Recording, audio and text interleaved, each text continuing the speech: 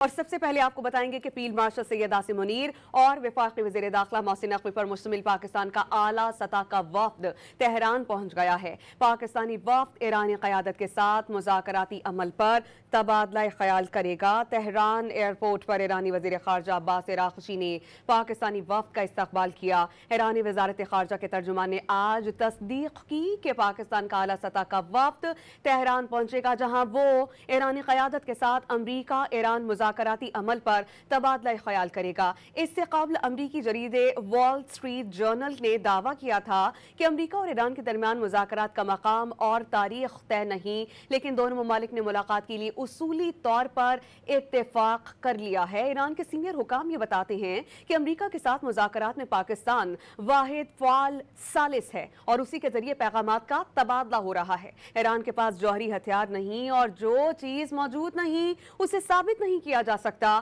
ایران کا جوہری پروگرام مکمل طور پر پرامن اور توانائی کے لیے ہے۔ ایران لبنان کو کسی صورت تنہا نہیں چھوڑے گا۔ یورپ اس معاملے پر خبردار رہے اور امریکی جال میں نہ پھنسے۔ انہوں نے یہ بھی کہا کہ مذاکرات کا مطلب اپنی شرائط مسلط کرنا یا دباؤ ڈالنا نہیں ہوتا۔ مذاکرات اس لیے نہیں بیٹھے کہ امریکی شرائط قبول کریں۔ ایرانی قوم کے مفادات اور حقوق کا حصول ایجنڈا ہے۔